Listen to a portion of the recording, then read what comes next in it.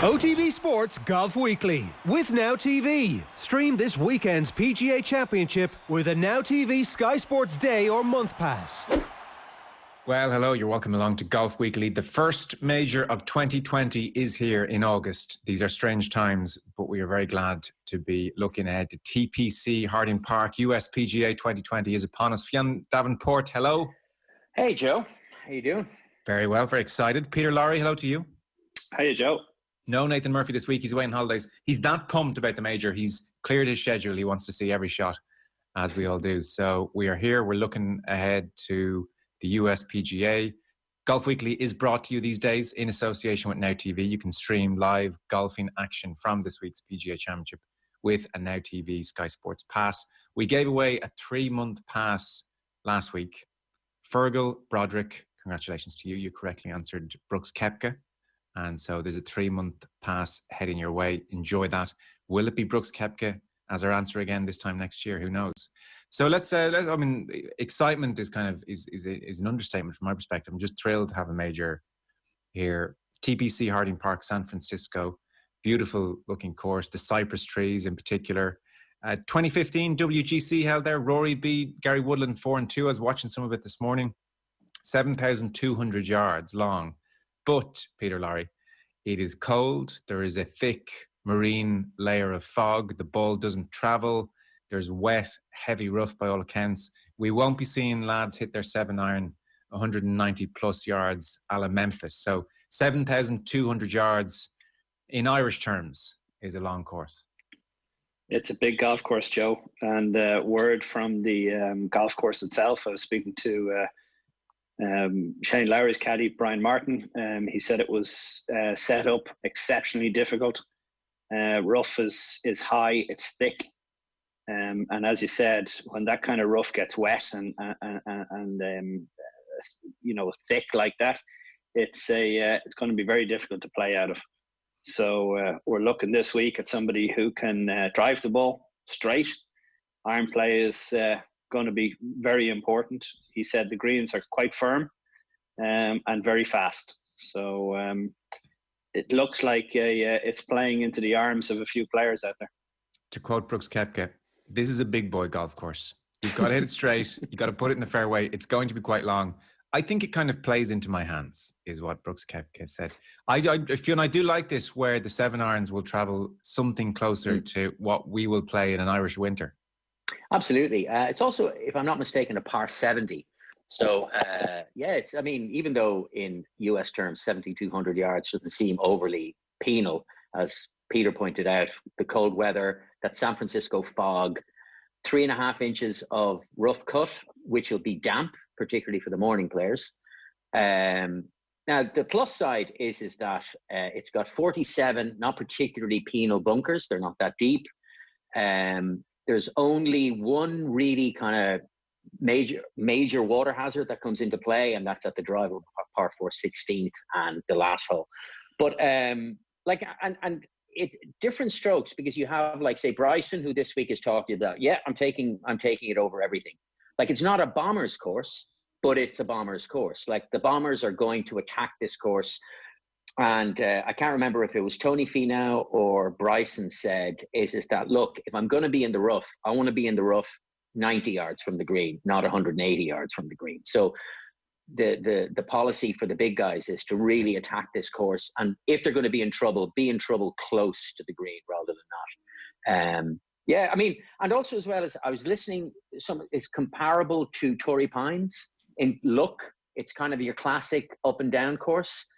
But very, very, the cypress trees, as you said, very, very beautiful to play.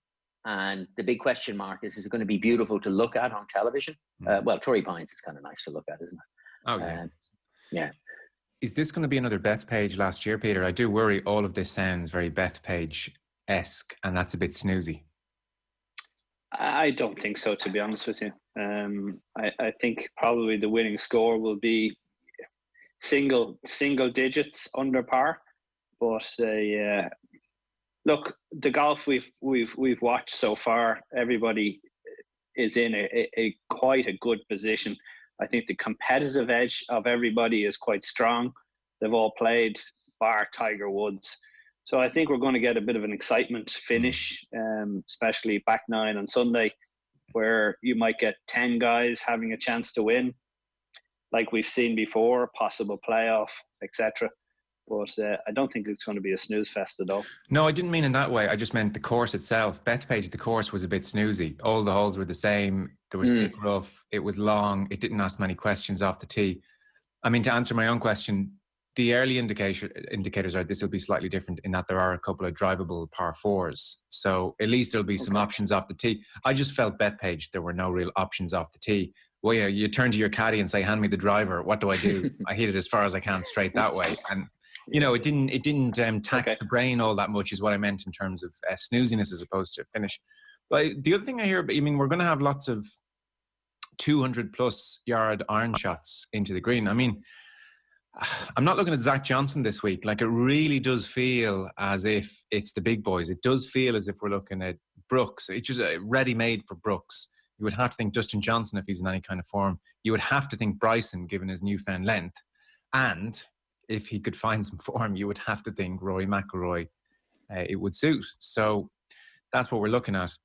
The groupings, if you're interested. So 4:11 tomorrow PM Irish time. Brooks Koepka, Shane Lowry, Gary Woodland. The last three major winners all grouped together. John Rahm is with Phil Mickelson and Sergio Garcia. Bryson is with Ricky Fowler. Ricky Fowler thinking, oh my God, not again. And Adam Scott. They're teeing off at 9:47 UK time. So we're going to have late finishes. West Coast, it'll be 1/2 territory. We have Jordan Spieth with Dustin Johnson and Justin Rose. And then tomorrow, 4:30 Thursday, Tiger, Rory, Justin Thomas. So that's the course, Fionn. We've outlined the demands of the course. I suppose by way of preview, we can start with last week. I loved it. I loved it. On the Sunday, I thought it was, if you needed something to whet your appetite for a hyper-competitive tournament played at the highest level, maybe not of shot making, although some of Justin Thomas's chips, particularly in the last three holes, were so beautiful. I mean, he was lucky on 16, wasn't he, by taking driver and then kind of clattering down into, well, you know, leaving himself. Was it 16? That's the one where you kind of 15, I think. Was 15, incredibly lucky. Sorry, incredibly lucky. He was very, very lucky. But like, just to see the two, and I suppose the two of the four outstanding golfers of the current day kind of emerge from the pack, and you know, even though Brooks kind of petered out at the end, but it was glorious. I have to say, I enjoyed every single thing. I mean, I felt for what is it, a bad 3-wood on 15 or 16 by Brooks more than the water ball on 18. That's the thing that really cost him the tournament. But Brooks's play for I'm trying to count, 64 holes. Yeah. 68 holes was just superb. Well, actually on Friday he had a bit of but he just played beautifully. He kind of made fools of us all last week. We were like, his knee, it's not showing anything. All of a sudden it was just magic stuff. I loved it. It's very interesting though with Koepka, the extent to which he can flick a switch in a way that McIlroy post-lockdown hasn't been able to do. You know, McIlroy has worked now with Michael Bannon. He flew out to Florida to work with McIlroy, and no real upturn, you would say, no real solution found.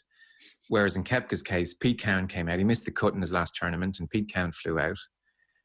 He said that Cowan said the same two things to him that he said his whole career. You need to stay in the ground more. He said Claude Harmon has been saying the same 5 things to him over and over again. But switch flicked. They looked at some machine which shows your biomechanics, and he clearly wasn't putting his weight through his feet enough. And there were certain things they spotted, and they fixed them. You know, in terms of diagnosing a problem and fixing it, it's a rousing success. It's really impressive that they managed to do that. And Phil Kenyon's working on his putting. Apparently, you'll see in his setup, he's less on the toe when he puts the putter on the ground. The toe of the putter, not his actual feet. So he's got Phil Kenyon, Pete Cowan, and Claude there as well. And that's a very, very good team around him. And he just fixes it. It was quite extraordinary. So he made fools of us, absolutely. But I was just amazed, Peter, that he was able to do it that quickly and then go into a real pressure situation, WGC, and hold it together, like I said, in a way that McIlroy hasn't been quite able to do. I think we look at it, Joe, and we have to remember these guys are bloody good. You know, simple as it's something small that the coach says to you can throw a feeling that you have, and then all of a sudden, you know, it's back to normality. What I would say, his start on Thursday was very, very important. You know, he got out of the box running very quickly, got to under par, and away he goes. And like every good player, once you have that feeling, a little bit of confidence comes back. You all of a sudden see the ball going in the hole again. Life is easy, and you know it's a bed of roses. But I would have to say, one of the best coaches there is on this planet is Pete Cowan. And look, we've seen he's coached so many good players. I can't even think of one player that he's made a mess of at all. No matter who you go back to and look at their career, if you've worked with Pete Cowan, you've done exceptionally well. Because I'm sure it's easy to misdiagnose the problem, and it takes a couple of weeds to untangle the mess, whereas they went straight in and they did it. That's what was so impressive. And then Koepka at a major turns into Superman. Again, I watched his press conference yesterday, and it's his attitude to the majors which just jumps out at you as so healthy. So he said, look, the way this golf course sets up, that's half the field gone. He just said that's pretty much half the field gone. And then he said, of those left, half the guys probably won't play well because it's a major and they're under pressure. So from there, he said, I feel like mentally I can beat the other half. You've got maybe 10 guys. That's the way I see it. So right away, he walks in the first tee and he thinks, I'm in the top 10 here, because just a bunch I don't need to worry about. And I'm sure lots of players walk on a tee and think, oh my God, it's a major. Think of all the quality around me. Where do I even start here? Before we leave Memphis, can we also pay tribute to Brooks? And Nathan pointed it out on Twitter, but Brooks's rare ability amongst professional golfers to really engage in some quality banter with his comment when he was in the trees, and he went, oh, and he turned around to Ricky Elliott and goes, oh, there's a red ant there, like this, and he goes, I'm kidding. That was funny. That's another sly comment. Absolutely. That he, stand up there and call somebody out. Well, yeah, I mean, but do you not think that, like, it was madness, like the red ant stuff? It was just crazy. Oh, it's ridiculous, yeah. Bryson, ridiculous. For anyone who did like his, yeah, it was a bit like his drop, or his pull us down. That was another thing, it's crazy. It goes back to Seve-esque days of I want a ruling here, I want a ruling there. Yes. Funny, I was playing with a couple of friends the other day, and we talked about exactly that. We were like, it's not to kind of pile on unnecessary shade on Bryson. It's not as if he's alone in this. Seve, one of the most beloved golfers, certainly for European fans, was no stranger to looking for the most outrageous rulings in his favor in his day. But what was interesting, I thought, lads, was when it went back to studio, you had Paul McGinley, who was, I thought, very diplomatic and said, look, he's just chancing his arm. 99% of us would chance our arms. But Rob Lee was having none of this. Like, he was just like, never, I guarantee you, like, none of those golfers would have asked for a ruling in those circumstances. Nobody would. And it was... And as they said in commentary, is he it ended up costing him a bit, because it threw him out of his rhythm. It goes back. Look, we're going to talk about Bryson, because Bryson's definitely going to be one of the 4 favorites for this tournament this week.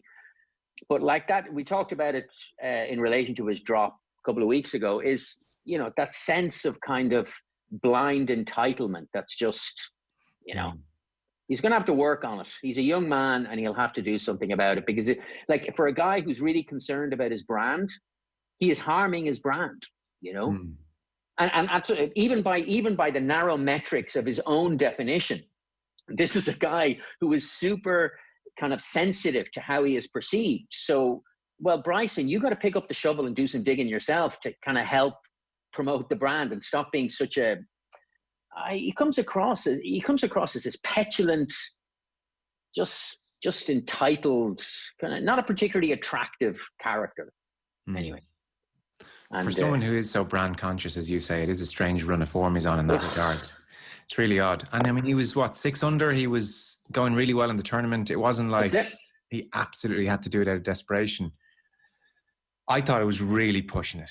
I've never seen anyone look for a ruling like that with Ants. I can't remember ever. I mean, it was really pushing it. And I got the impression Rob Lee thought it was a line and he was past the line. Sure. Yeah. Make no secret of it. And like you could tell Andrew Coulthard was disgusted on commentary without saying as much, but the tone of his voice is just like, I can't believe he's just done that.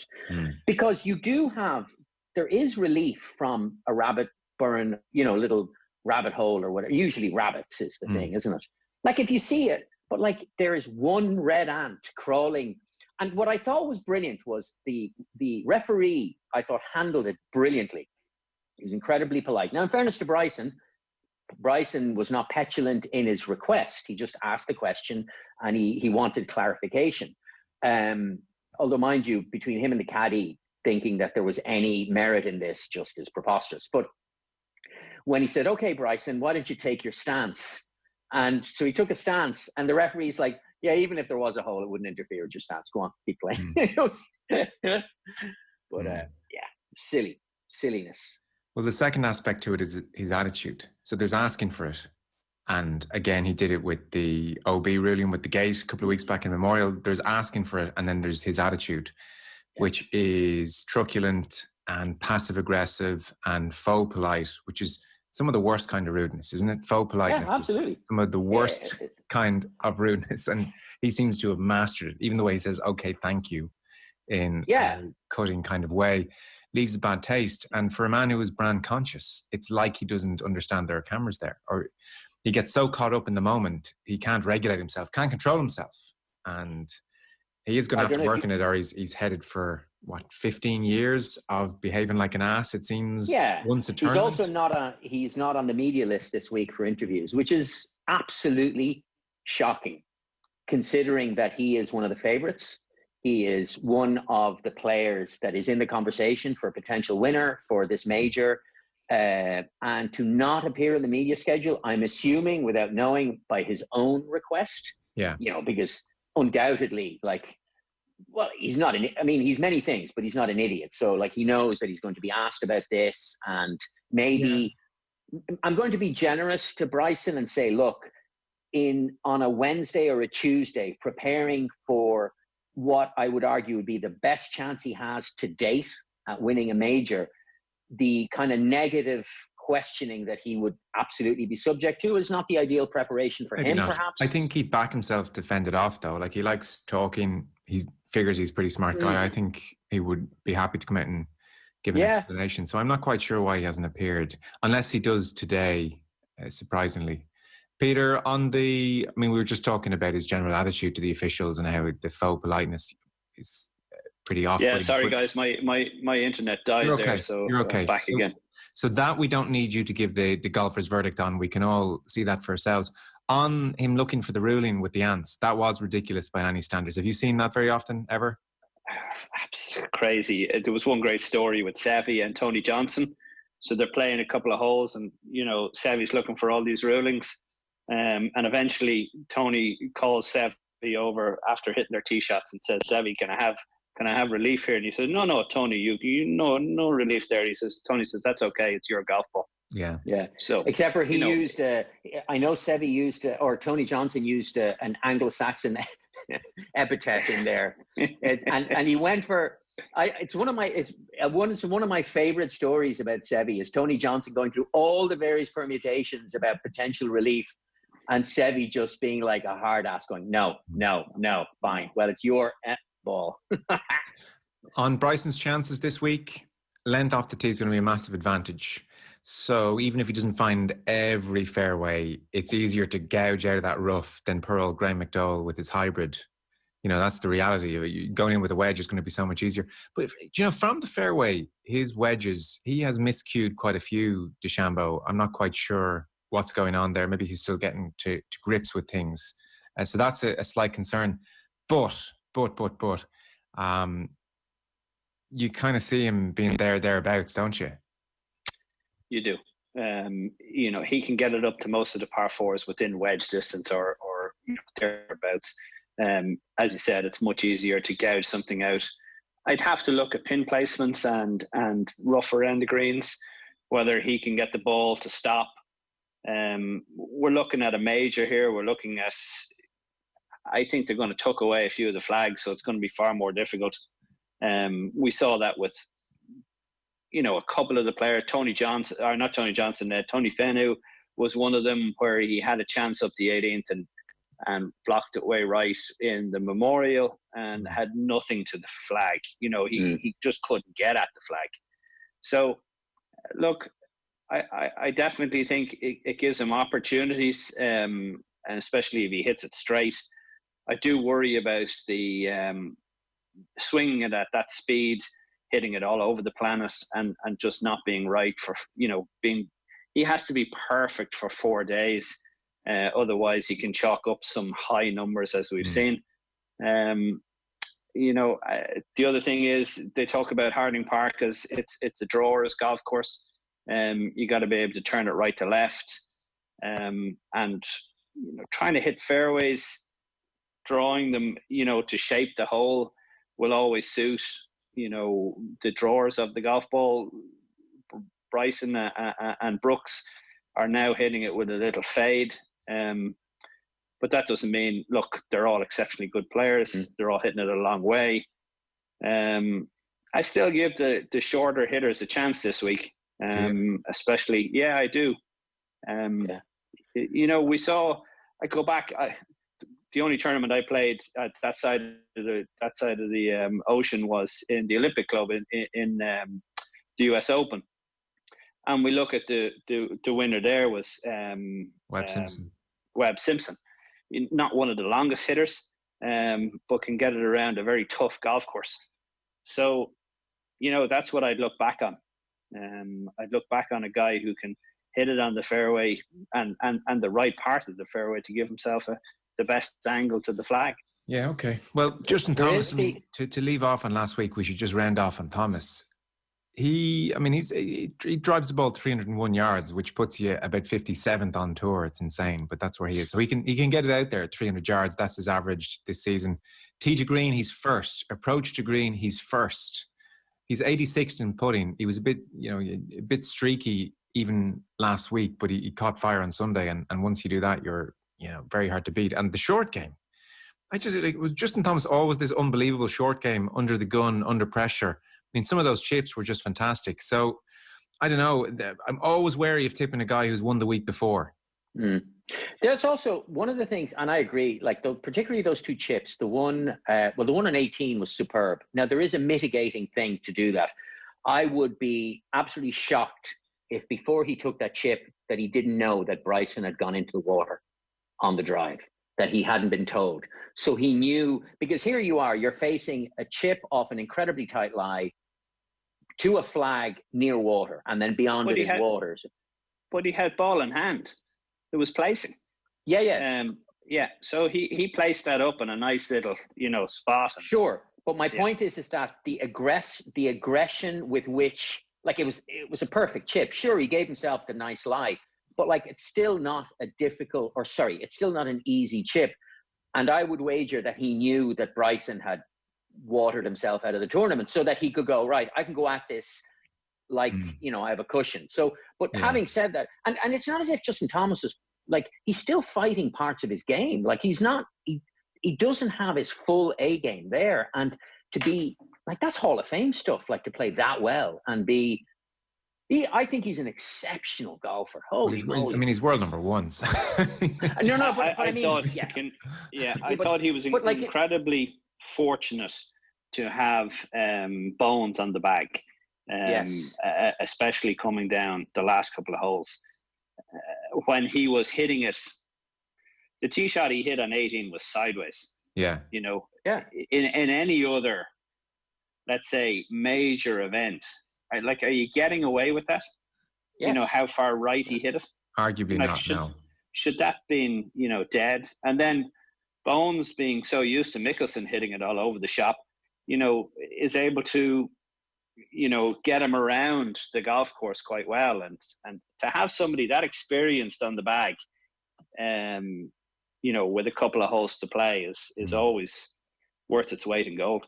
The placing the Absolutely. chips point is a fair one, Peter. So that makes you about a 30% better chipper automatically. Very But much it's so. still, absolutely, but it's still under the pressure of, you know, there's a gun to your head to win. And, like, you know, I mean, how many times I know. see... Look, I started this by saying that, but it is a mitigating circumstance. I mean, Sure. placing a chip, it's worth remarking on, to be fair.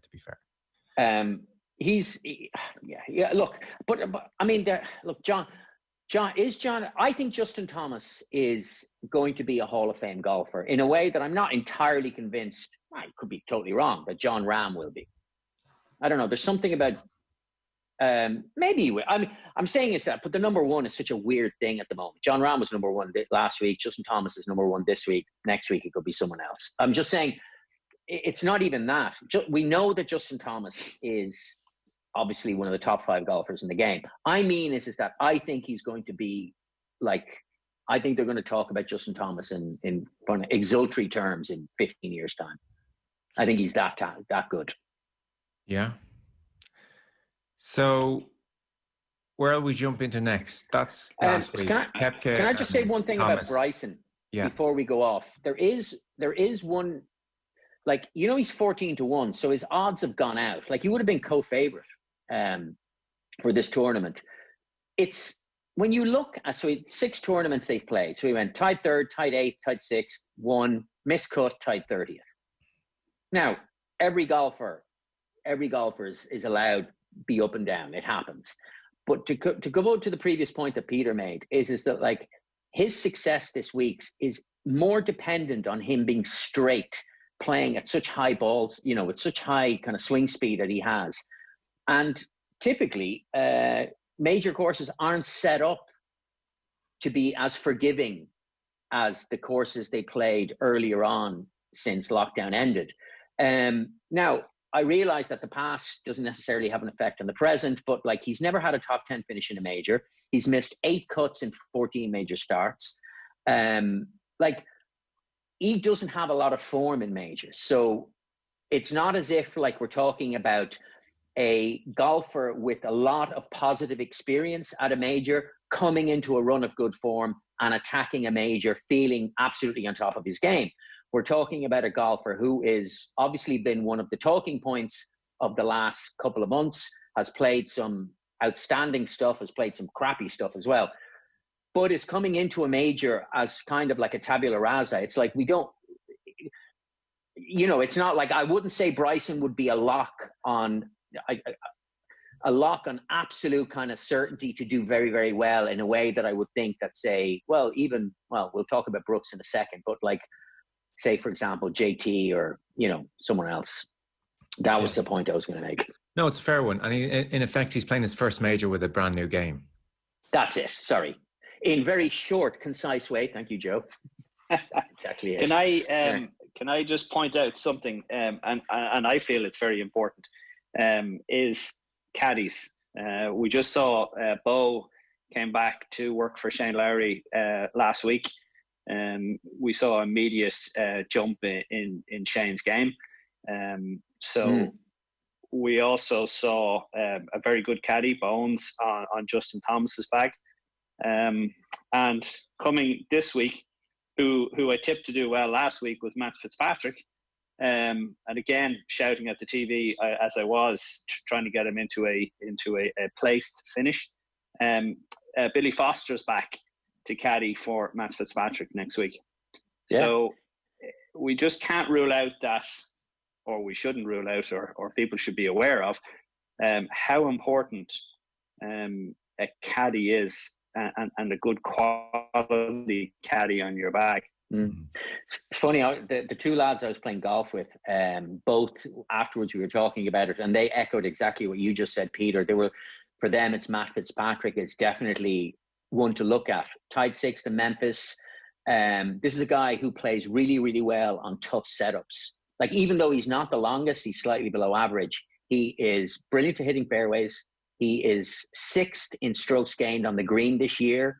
So, and obviously not necessarily relying on super warm conditions, can play in the cooler conditions that Harding Park is going to offer. So, you know, this is a guy who's definitely on form and won't be talked about in the top 2 guys, but is definitely one to look at. He is also this season number two in the entire tour for strokes gained putting. Oh wow, so he was six. Oh wow, number 2. Sorry, I thought it was 6th. That's amazing. No, he's 6th in what you said, tee to green or something. Oh yeah. I'm talking putting. He's 2nd. He's unbelievable. He's some, and maybe he doesn't catch the attention because he's not American and he doesn't hit the ball 340 yards off the tee. Yeah. But he is one.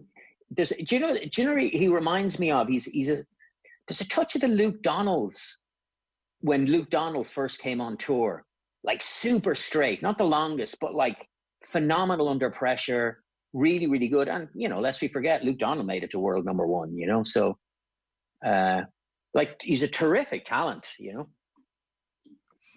On the importance of strokes gained putting, though. So Matt Fitzpatrick is number 2. Care to guess who number 1 is? There's no point guessing. Number 1 strokes gained putting on the PGA Tour 2020 is Denny McCarthy. No way. Good old Denny. Never heard him. Never heard of Denny McCarthy. No. Who's Denny McCarthy? Did you see the tweet? He's not one of the Cork McCarthys. Did you see the tweet of Eduardo? Did you see the tweet of Eduardo Molinari? No. Today, there's a Thomas winning. Eduardo would be very much on the statisticians' guide of actual putting doesn't really matter. You can actually win tournaments without being first in putting. And Thomas proved his point there only last week. Yeah. That he was he the top 10 anyway. Yeah, he was very average. Well, strokes gained putting on tour for the season is number 1, Denny McCarthy. Number 2, Matt Fitzpatrick. Number 3, Kevin Na. Christopher Ventura is number 4. I mean, there's definitely a real element of not exactly.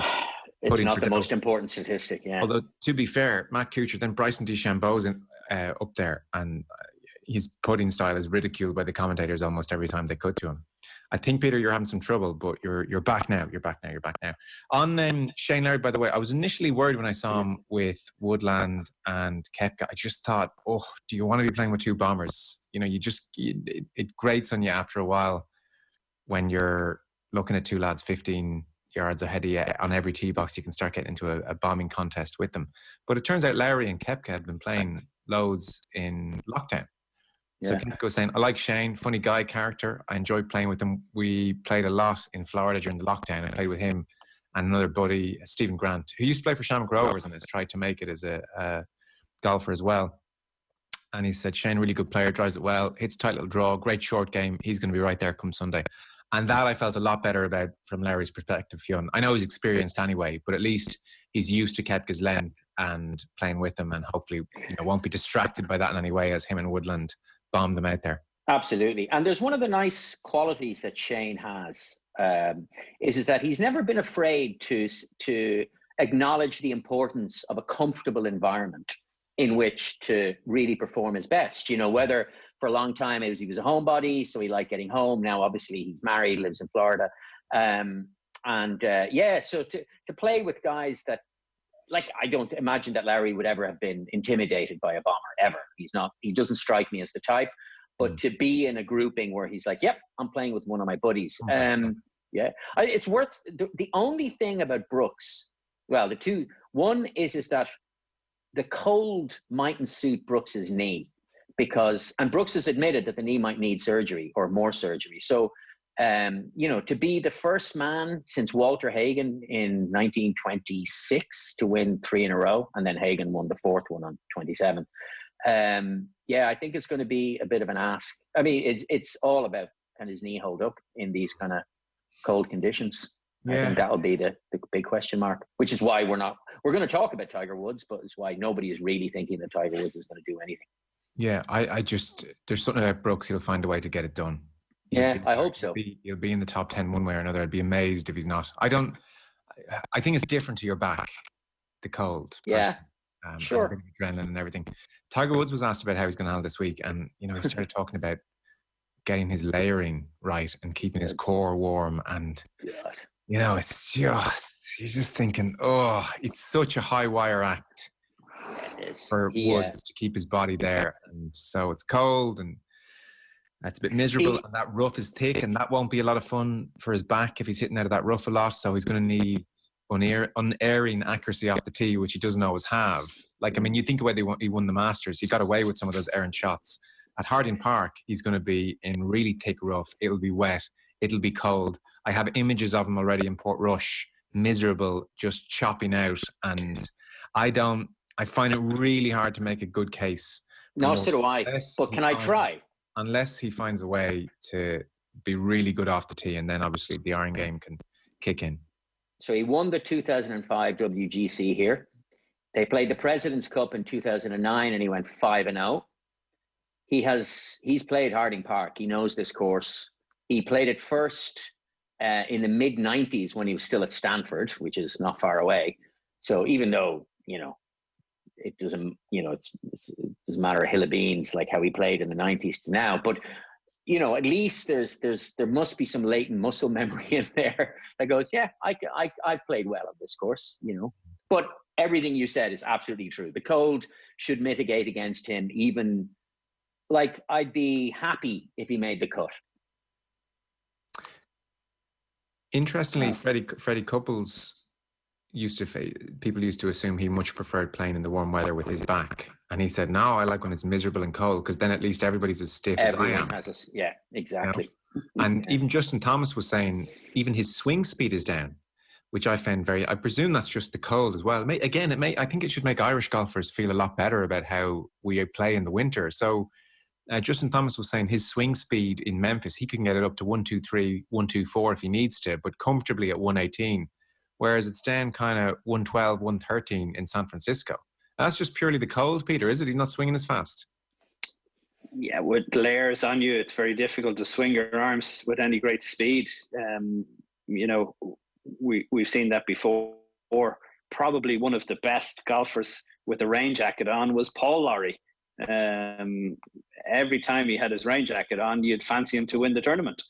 And look, just guys like playing with jackets and feeling warm and, swing it at, sort of 3/4 speed. So that's why I wouldn't fancy Bryson this week if it's going to be that cold.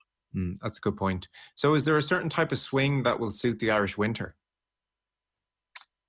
Yeah, I think, like, we look at Shane, right? Take, for example, put him with the jacket on him and he's no problem.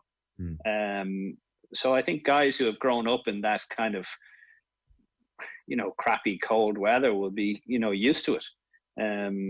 Guys like, I suppose Brooks, even Justin Thomas, they haven't really grown up in crappy kind of conditions like, Europeans have, and playing golf courses that, especially Northern Europeans, that are quite difficult in wind and wet conditions. But doesn't Brooks have enough of European experience that he can play well in not ideal 90-degree weather conditions?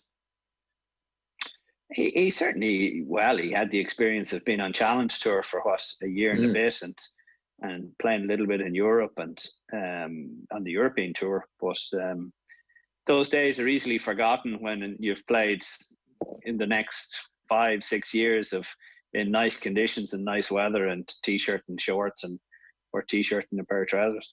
Yeah. Well, maybe you could flip that and say the same applies to Shane Lowry then. I don't know. I think it's all overstated. It's probably attitude more. It's more attitude than technical, I think. Mental. Yeah, totally. Absolutely. Do you know who I think is? I'm going to put a bet on this week, just for a top 5, not for a win, on Xander Schauffele for top 5. He's been heavily tipped on the on the presses and the racing post and stuff like that. Yeah, damn it. I never look at the odds. I just looked at the stats and I was like, he's played solid and he's had, 4 top 5 finishes in only 11 starts in majors. Like, he's a serious player. He's not long, but he's... Of course he is, yeah. He's nobody's mentioned Tommy Fleetwood either. You know, Tommy Fleetwood is another guy he's very good in majors. Yeah, for sure. 3 top 4s in the past 3 years. He shot a 65 in Memphis in the final round. For a guy who hasn't really played that much golf, that's not bad. That's a little bit under the radar, yeah. Let's talk somebody who's never under the radar, and that's Rory McIlroy. 3rd in the world now behind Rahm and Justin Thomas. Player of the year, 4 wins last year, including the Players and the Tour Championship. But last major win, of course, is 6 years ago now, and he's 31. So, look, the clock is not ticking loudly, but he's getting to an age where he's had a glance at the clock. And this is the sweet spot. When you look at so many of the greats in their early 30s, they all cleaned up and won multiple majors. So here we are. No player has been more derailed by the lockdown. 2020, he had 7 consecutive top 5s before the lockdown. He was Masters' favourite. Brooks was in terrible form with his knee. He was nowhere. Justin Thomas wasn't in great form. Woods was all out of form with his back. Rahm hadn't won at that stage. You just felt like there was an air of destiny for McIlroy at the Masters this year. And now here we are. And he hasn't clicked back into gear. He's talking a lot about the crowds. I mean, I suspect because he keeps being asked about them, so I don't want to make too much of that, but he says he finds it a bit harder to focus. He'll just have to sort that out. And McGinley made the point on Sky Sports, Paul McGinley, that he doesn't really swing in the club well. There's a bit of a technical issue there, and often McIlroy, you see him working on his takeaway. He's very concerned with his takeaway and has to get into the right slot. So there's something not quite working. And who knows if that gets fixed in a Brooks Koepka way overnight. I have my worries because here we are, 6-7 weeks in, and it hasn't been fixed. And then the other point to make, last one to finish on, he was talking to Ewan Murray, and invariably the absence of majors in 6 years comes up. And McIlroy said he's made a fast starts in all his majors wins. He was off to a fast start every time. And I don't want to put pressure on myself, but shooting something in the 60s, that's always going to give you a great platform to work from. And the stats are really incredible on this. And it's a decent sample size, 15 majors. So I'm going back 3+ years here. McIlroy in his first round across 15 majors has shot a 72.9. So that's a 73, round that up. So in his first round over 15 majors, he's averaging a 73. Rounds 2 to 4, he's averaging 69.8. So we're talking 3-shot difference, first round compared to the next 3 rounds over 15 majors. That's a significant trend. Take last year's USPGA. He's 57th going into the weekend. He finishes 8th. We talk about him reverse finishing. There is, who knows what it is, Peter. Is he going out and playing conservatively on a Thursday to try and stay in the competition? Or is he nervous? Or is it a Portrush thing, nerves, whatever. But there's something there in terms of his attitude in the first round of majors over the last 3 years. Yeah, I think he gets in his own way. He seems to be able to, in other tournaments, just freewheel it and gets up there and plays exceptionally well. In a major, he seems to, I don't know, stumble or try and make something happen early on. Now it's in his head that he has to shoot, tried to break 70 already. And he's talking about a fast start. Why doesn't he just think about, let's go and not think about the actual finish line and what he has to shoot on the Thursday? Why doesn't he just go out and play the way he can play? So a bit like Brooks, what I was saying earlier, if he can get a feeling early on and he sees 1 or 2 putts drop early on, he's away. And that is far more important than what he thinks the figure at the end should be at the end of the round. But I think you're right. I think he gets in his own way, and it's something that happens to him now quite often on big events.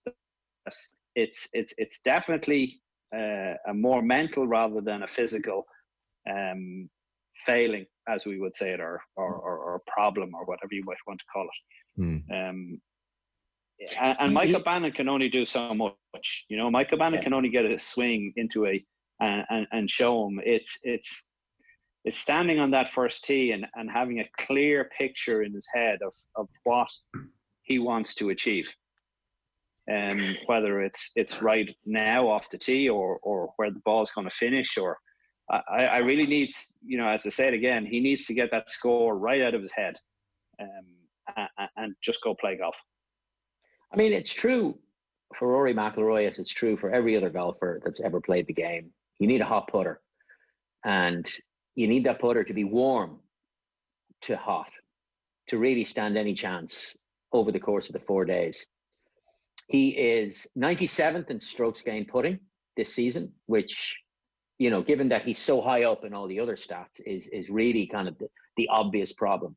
And, you know, tied 32nd, tied 41st, 11th, 32nd, 47th so far. It doesn't really speak to a great restart. He's a brilliant front runner. And, yeah, you know, is Rory acknowledging, or kind of tacitly acknowledging, that, like, he's not great coming out of the pack as a kid? You know, like Tiger Woods, like, they're not the same player, okay? So, and comparisons are odious. But Tiger Woods had no problem shooting a 73 on day one, if it kept him within touching distance. You know, he always, like, Tiger very rarely went off to a really hot start. He was always there, thereabouts. Never got himself into too much trouble. Always there within, you know, in the conversation, and then had a measured attack on the lead. Rory's just not that kind of player. But, like, as Peter pointed out, like, why not? Why is I'm like, I asked the question, I don't know the answer. Is it inconceivable to think that you can adjust your mental approach, or is it this, you have this mental approach, you like to attack a course, you gain confidence from it? It's like at Augusta when he missed the, whatever it was, the 6-footer for eagle. You could see the confidence kind of drain out of Rory. Is that what it is? He's that kind of a player that once, if he believes early doors, he can go on and do wondrous things. But if he stops believing, then he's kind of fighting against himself. I think he has tried different approaches to the majors, actually.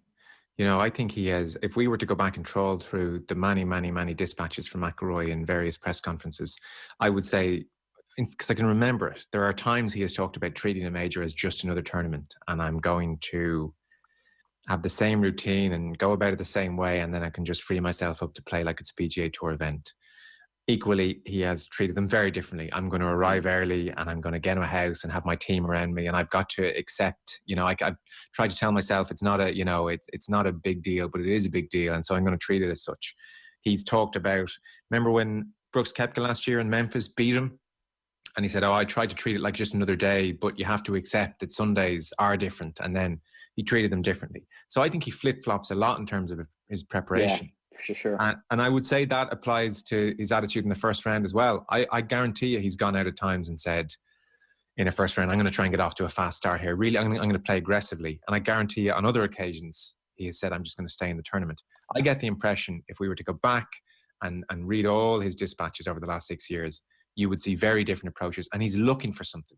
I played the week before, now I'm not going to play the week before. I played the week before, I won that major, so I'm going to play the week before now. He's changed his mind all the time. I need to play a lot of golf going into the Masters. I don't want to play much golf going into the Masters. He is searching for some kind of formula, and it's the brilliance of Koepka that, you know, I've said it before. Koepka could turn up, having played 6 weeks in the Bents or not played at all, and arrive at the course, and his bags would have been lost, and he'd been given a different set of clubs. And he would just shrug it off and say, I don't care. I'm just going to go out and I'm going to find a way. I'm going to find a way is the Koepka attitude. And you just feel like too much can go wrong for McIlroy at these events for some reason. And I don't know what that is, because it's insulting and wrong to just say, oh, he's mentally weak or something. But he thinks a lot and he complicates it a lot. And I don't know, does he feel too much has to be aligned for him to just ignore everything the way a Koepka would and just find a way to do it? And, you know, 6 years is too big a trend now. Okay, there's the ankle injury, and then there's, you know, different issues here and there, and new clubs at a certain point, and, you know, there's always something, and that's the problem. couple of years ago, Brooks spent an awful lot of time whining about why he wasn't given the respect that he felt his game deserved, particularly his performances in the majors. That, like, it's hard to think that, like, whereas Koepka now is, you know, he's topic number 1, 2, or 3 in every golf writer's conversation. A couple of years ago, he wasn't, and he made his feelings quite clear.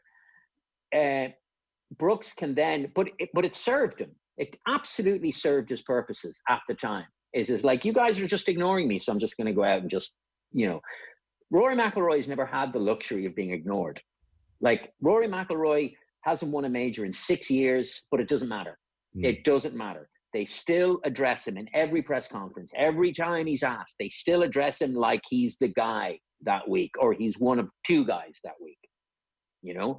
And that, yeah, I mean, I think that has to be a factor. I don't know how big a factor it is, but it definitely has to be a factor in like, you know, there are very few players over the course of their career have been under the spotlight to the degree that Rory McIlroy has. I know, but you would have to say, though, he has won majors under that spotlight. He's been under the spotlight for a long time. He's been a superstar since the age of 5 or 6. 11. It's not like he suddenly found the spotlight. No, it's true. It's true. Oh, how do I react to it? You know, I mean, think of his blow up at the Masters, and then he's under huge spotlight going to Congressional and just room. And like, that's why it's so inexplicable, where he just blows himself up in too many majors. Remember the Open where JP Fitzgerald turned to him and said, "You're Rory F. and McIlroy," because he was a crazy score in after however many holes, and then he sorted himself out. Like, there's just too many majors where he gives it away, and you know, putting. Yeah, I do wonder if that's at the back of his mind at all times. You know, if that's like the original sin, to use that phrase, which has become so in vogue over the last couple of months, in that he knows lurking there is this sense that the putting is an issue. Like, I had a look at some of his stats from 4 feet, and this puts him 102nd on tour. From 4 feet, he will miss 8 out of every 100. So I think that's there. I mean, it's not a big chance, but if you know over every 4-footer, you're inclined to miss 8 out of 100. I think that's there. I'm what's just number sorry, one? Fionn, Many times is he hitting it into 4 feet? But I mean, that might be his second putt. So these are like, there's a lot of 4-footer. Yeah. But then, what's number one? So that's 92%. So what are the top guys? What are they making from inside 4 feet? I didn't check. I didn't check. But it doesn't matter. It actually doesn't matter. So here's another stat. From 7 feet, he's 210th on tour from 7 feet. He makes 40%. Yeah. So he's making 4 out of 10 from 7 feet. Even if that was 5 or 6, it'd just be that bit better. Now, weirdly, because it's a complete, there's one anomaly after another. From 10 feet, as opposed to 7, he's first on tour. He makes 69% from 10 feet, and he makes 40% from 7 feet. So, look, there's anomalies here, and all of these are just hard to explain at times. But look, the bottom line is, as you said, Fionn, he's 98th on tour for putting. His three putt avoidance has him 86th on tour. From 10 to 15 feet, he's 203rd. Who knows if that ultimately, when he's walking out onto a tee now, Peter, is there. And so that is an extra bit of pressure, as opposed to the player who goes out and feels like, I'm going to get myself out of trouble today with the putter if needs be. I don't think it's, I don't think it's in his head. I think he believes he's a good putter. Okay. I really do. I think. And sorry to interrupt. When he's good, he's really good. And the bottom line, he could just turn around and say this: he averages 28 putts around, which puts him 26th on tour. You know, for all the percentage from this foot, percentage from that foot, you can get too deep into the stats. He's averaging 28 putts per round, which is more than good enough to win. I would look at Rory's game more a case of, and if I was coaching him, what I would be saying would be, right, let's take the Dustin Johnson approach, right? Let's get our wedge play to a standard that is better than most on tour. And that's what I would say. I don't feel Rory hits it in close enough times for the position that he puts himself in with his driver. He doesn't hit as many greens as he should, and he certainly doesn't hit it close enough. Explain this to me, will you? This is, Yeah. I mean, I went into the stats. I spent about 45 minutes on Rory's stats this morning. So into green from wedge play. Let's work our way out. Okay, from 50 yards to 75 yards. He's 176th on tour. He'll get it to about 19 feet from 50 yards to 75 yards from the green. Okay, about 19 feet, 176th on tour. From 75 yards to 100 yards, like a real stock shot even for us amateurs, he's 165th on tour. He'll put it to 19 feet from that kind of range. And then inexplicably, 125 yards to 150 yards, he is first on tour. 125 yards to 150 yards, he'll put it to 18 feet. My point here is we're talking 18 feet, 19 feet. You know, it all just looks so inconsequential and marginal. And it's hard to work out with some of those stats if on one occasion he's putting it to 5 feet and then on the other occasion he's missing the green. And so he's averaging out at 18 feet. It does feel like he misses the green too often with wedges, that's for sure. He misses greens and he doesn't hit it, which puts he doesn't hit it close enough, which puts pressure on his putting. Yeah. So all the time he's even if you hit it to 19 feet, okay, let's take that for an example. So you have a 19-footer, and the way the greens are over there, they're fast. So you're not going to hit it stone dead all the time, especially if you fancy the putt. You're going to hit it to maybe 3 feet, 4 feet past the hole. And hence he misses the one back, and hence he makes bogey from a perfect position from the fairway. So that's and to be honest with you, I haven't even looked at his stats. I'm only watching from a golfer's perspective from the outside, watching the TV, and that's what I get from Rory's game. I have very rarely seen him on the range using the TrackMan, even though he has one, dialing in his wedges as much as he should do, especially from shorter ranges. As you say, that longer range, he has a full shot in his hands. So yeah, he can go and hit us, a stock shot there, but that's not what we're looking for. We're looking for if he misses a fairway, which is a rarity, he can chip it to a certain yardage and get it up and down. And he doesn't have to take on flags then as much as he kind of has to with his longer game. But that's my perspective of Rory. And I saw a stat last week is that he was more accurate with his 5-wood than he was with his wedge. Yeah. And there is the kind of talk in the Rory camp, isn't there, that he's not willing to sacrifice the mechanics that make him the best long game player in the world, bar none. Like with a 5-iron in his hand, like he's incomparable. And that those mechanics, he'll pay the price for being less accurate with his wedges because he can be so good with a longer club in his hand. To which beckons the question, when you're a player of that ability, why can't you just do both? Just have the amazing long game. I suspect the same person told us that, Fionn. I don't. How reliable is that information? I don't buy that. You see, I find it. I hear it on good authority, but at the same time, like on very good authority. But how many times does he hit a 5-wood, and then how many times does he hit a wedge? No, not with a 5-wood. Yes, I'm just saying this kind of weird stat popped up during the week.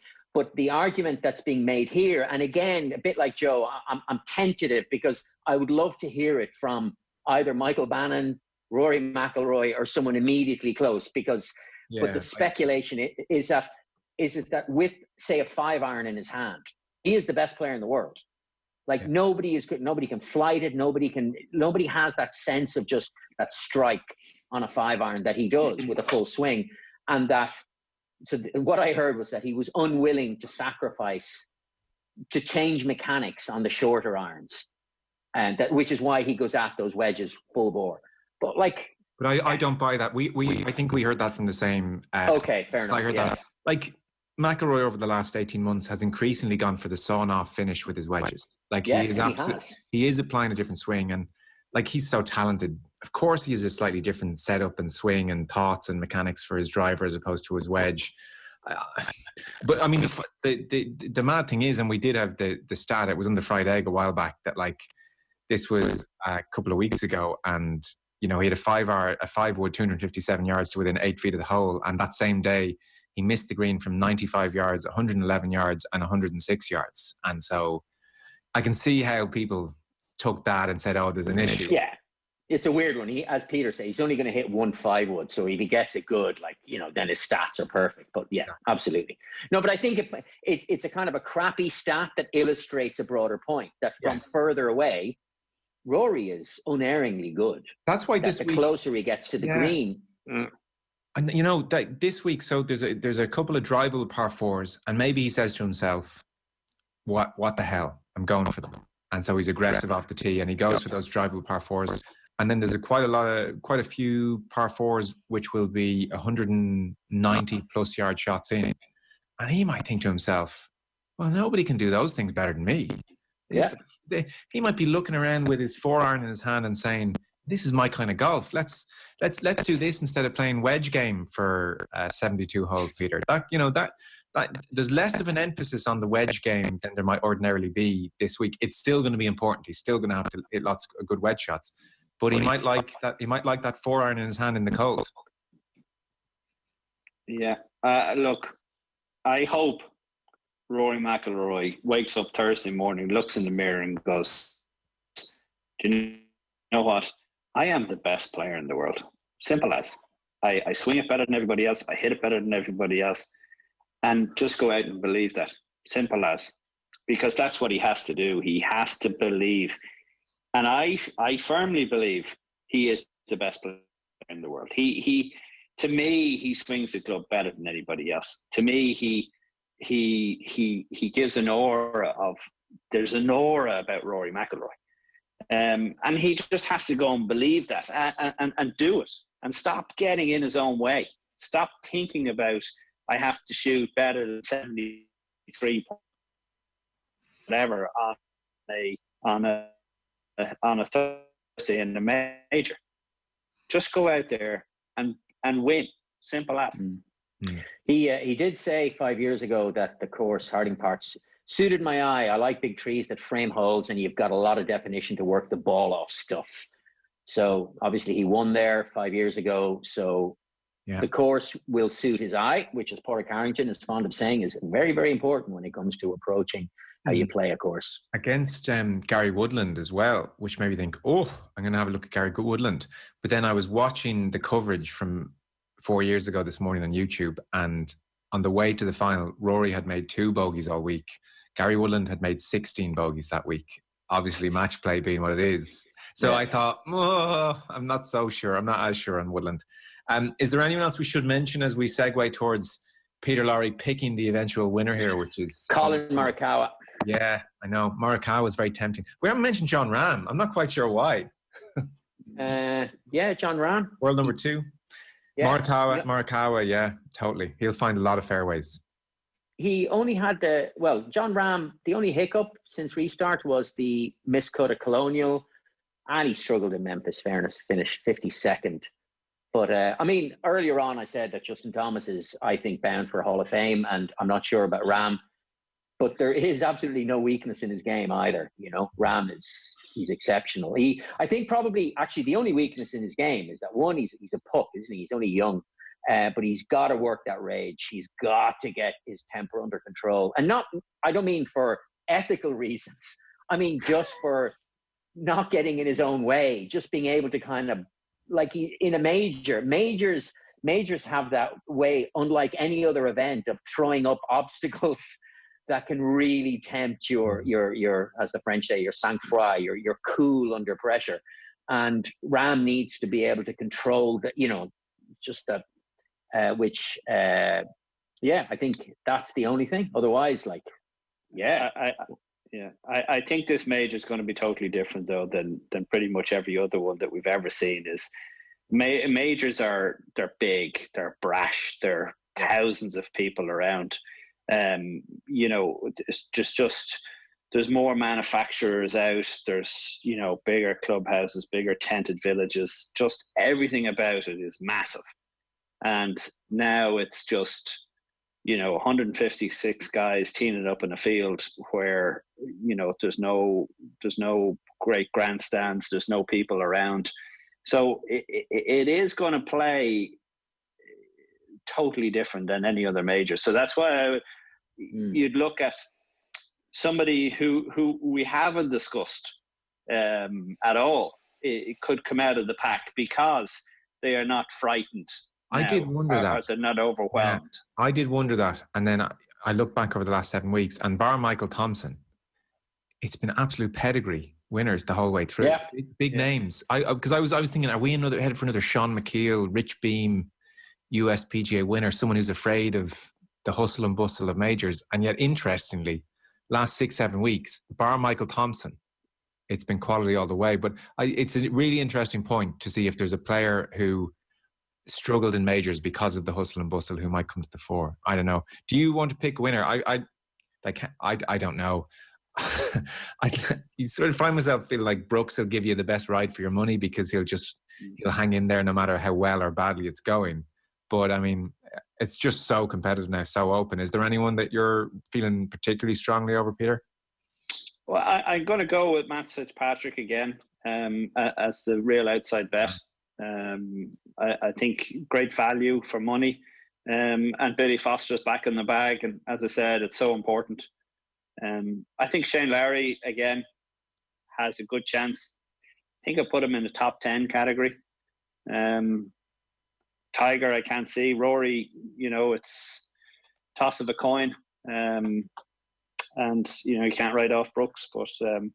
Matt Fitzpatrick is my winner. Shane Lowry is my top. Shane Lowry and Tommy Fleetwood would one of my 2 top 10 picks. Fionn, anything really catching your waters? No, I had a look. I wanted Morikawa. I like him, but like his scrambling isn't great. His putting stats, 163rd strokes gained. I mean, we mentioned that Rory hits a better iron than anybody. Morikawa could be close to him in terms of just pure ball striking. He's second in strokes gained approaching the green, and I just think once the majors come in and all of a sudden that putter in your hand just feels like an angry snake, and it's I don't know. I like Xander Schauffele for a top 5. And just because I'm not very good at picking these things, I'm going to go with Brooks. But for Brooks to do what Walter Hagen last did is a big, big ask. It sure is. Well, what about you, Joe? Well, I would lean towards Brooks. I mean, it would have felt mad that he would win 2 US Opens in a row and 2 US PGAs in a row. He doesn't seem to care about that stuff. Doesn't seem to bother him. No, he doesn't. And I just think all he will have taken from last week is, oh, I'm back. And I'm ready. And I think he'll therefore get off to a good start. And in an opposite way to Rahm, no matter what happens with Koepka in the majors, he hangs in there. He doesn't get rattled. I would love to, I must have a look at his stats after he makes a bogey, because he seems to regather himself very well. Even the Masters 2019, when he went in the water in 12, he responded to eagle birdie. I mean, he got right back into it. So he's kind of unflappable and he has everything you need. So I'd look at Brooks. Bryson? You not think Bryson has a chance? I mean, I'm going to be watching every shot. I'm fascinated. Absolutely. Is he finding the fairways or not? Like, is he finding the fairways and it's like, oh, he's on? Or is he over by a tree screaming at some rules official? Get away from me, cameraman! Get away from me! Is he trying to, hook his 3-wood out of knee-deep rough, 250 yards? I don't know. I mean, you can't discount him. You can't discount him because of the length now, for sure. What about I'm most interested in Rory. Yeah, sure. Jason Day's gone 7th, 4th, and 6th in his last 3 starts, despite his dodgy back. And before I know it, listen, because you can talk about top 40 guys. We never even mentioned Jordan Spieth. Too soon? There's not enough right going on? Not enough right going on. Nah, fair enough. Yeah, I would think so. Not driving it well enough. No, his tee to green is just, yeah. Yeah. Okay. Well, fellas, enjoy. So I think this will be a late enough coffee on at 10 p.m. kind of finish on Sunday. So enjoy it. Again, Golf Weekly brought to you in association with Now TV. Stream live golf in action from this week's PGA Championship. You can get yourself a Now TV, Sky Sports pass. Peter Lowry from Spa-Well Driving Range. Thanks very much, Peter. Thank you, Joe. Fionn Davenport, as ever, from Manchester. Thanks a mil, Fionn. Enjoy. Thanks, gentlemen. Take care. Enjoy enjoy the PGA.